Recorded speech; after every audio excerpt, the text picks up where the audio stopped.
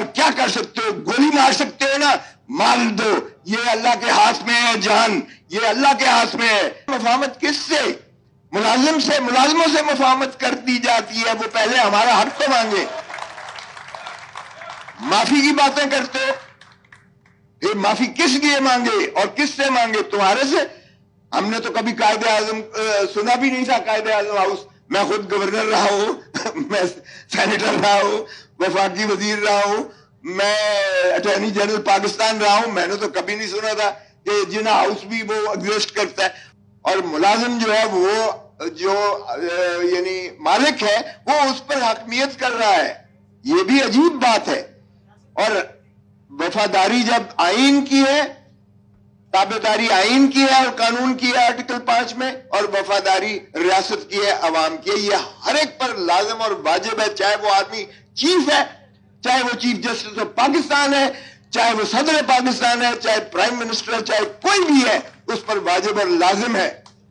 تو پھر آپ دیکھیے گا کہ آپ نے تو ٹرانسفارم کر کے رکھ دیا ہے، اس کی حیت بدل کے اور بگاڑ کے رکھ دی ہے۔ بار بار عمران خان کہتا ہے کہ میں غلامی کی ان زنجیروں کو توڑ کے رکھوں گا، اور اس ادارے کو جس کو عدلیہ کہتے ہیں، جس کو جوڈیشری کہتے ہیں، اس کو انہوں نے زنجیروں میں جکڑ کے رکھا ہوا ہے۔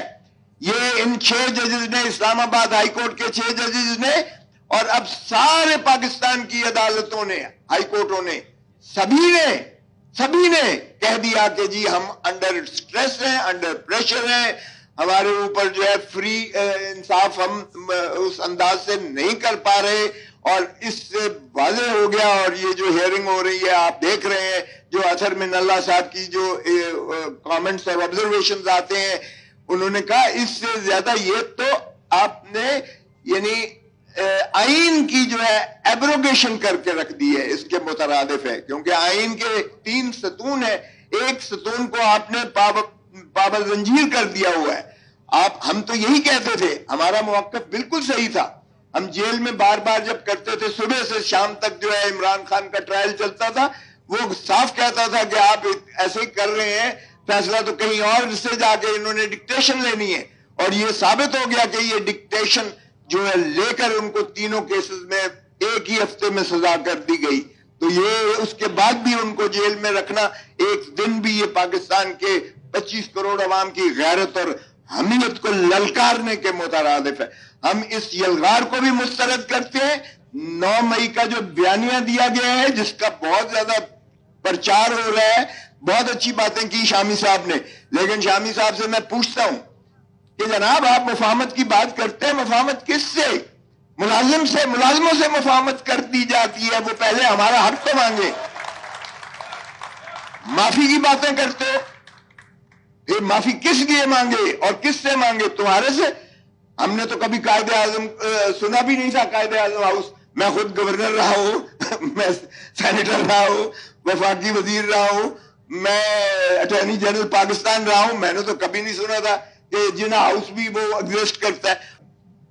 باقی چیزیں کہہ دی گئی ہیں، میں اس لیے دہرانا نہیں چاہتا نہ آپ کے درمیان باقی زیادہ دیر۔ لیکن آج جو تشدد، میں لاہور سے سیدھا آ رہا ہوں، آج جو تشدد کیا گیا ہے وکلاء پر، پرامن وکلاء کا احتجاج تھا لاہور میں، وہ ہائی کورٹ میں آنا چاہتے تھے، اور وہ جو ہے اپنا کراچی ہال میں آنا چاہتے تھے، باہر میں آنا چاہتے تھے احتجاج کنا، اور اس قدر آنسو گیس کیا گیا، اس قدر لاٹھی چارج کی گئی ہے، اس قدر تشدد کیا گیا کہ سارا گرد و غبار جو ہے پھیلا ہوا تھا، اور 100 کے قریب جو ہے وکلاء کو گرفتار کیا گیا ہے۔ اس جمہوریت کی بات کرتے ہو، یہ پنجاب میں تو پولیس اسٹیٹ بنا دی گئی ہے، اور یہ اس لیے خوف پھیلایا گیا ہے تاکہ کل جو ہے پاکستان تحریک انصاف کا پرامن احتجاج سے مانے رکھا جائے، اور ایک ایسا تاثر دیا جائے کہ جی دیکھیں کوئی بھی نہیں نکلا، اس میں تو احتجاج ہوا ہی نہیں ہے، لہذا ہم جو کہہ رہے تھے ہمارا بیانیہ صحیح ہے۔ پہلے سمت کو درست کریں۔ آئین کی بالکل پاسداری تبھی ہو سکتی ہے جب اپنے آپ کو یہ سروس سمجھ کے اور آئین میں یہ دیے ہوئے عوام کے اقتدار کو تسلیم کریں۔ اس کو بھی شرم نہیں آتی جو کہتا تھا بار بار، وہ بڑے بانگے دول کہتا تھا ووٹ کو عزت دو۔ او بھائی اب تو شرم بھی نہیں آتی ہے تمہیں یہ کہتے ہوئے، یہ اس بیانیے سے ووٹ کو عزت؟ اب کدھر گئی تمہاری ووٹ کی عزت؟ خواجہ سعد رفیق نے مبارک دی کہ اپنی شکست کو تسلیم کر کے مجھے جیتنے کی، کیونکہ پاکستان لاہور پاکستان کا دل ہے اور میرا حلقہ لاہور کا دل ہے. تو اس نے جب مجھے مبارک دی، میں نے کہا کاش یہی اخلاقی درس تو اپنے بڑوں کو بھی دے دیتا. ڈاکٹر یاسمین سے ہار گیا تھا، تو اگر وہ یہ تسلیم کر لیتا تو اس کے قد کاٹ میں اضافہ ہوتا اور اچھی روایت بنتی. اگر شہباز شریف، کیونکہ مجھے پتا ہے کہ لاہور سے ایک سیٹ مسلم لیگ نون نہیں جیتی ہے، جو کہتے تھے لاہور ہمارا گڑھ ہے، اور آصف کو جو کہتا تھا کوئی حیا ہوتی ہے، کوئی شرم ہوتی ہے، خود یہ میں اس کے الفاظ دہراتا ہوں کہ بھائی تم ریحانہ ڈار سے ہارے ہوئے، اتنی بری طرح سے ہارے ہوئے، اور تم آج وفاقی وزیر بنے بیٹھے ہو. اور گھس بیٹھیوں کو پہلے نکالے تو صحیح. اگر ہمارے ساتھ بات کرتے ہیں پہلے ہمارے عوام کے اقتدار کو تسلیم تو کریں، ریاست کی تعریف پر عمل تو کریں، ریاستی اداروں کو جو ہے ان کے مقتدر ہونے کا جو احساس آئین نے دیا ہے وہ پہلے بحال تو کرو اور پھر بات کرو ہمارے سے. وگرنہ آئین میں ہر چیز لکھی ہے. خاکم بدہن ہم نے کوئی مشرقی پاکستان سے سبق نہیں سیکھا، اور اس میں بھی یہی چیزیں دہرائی گئی.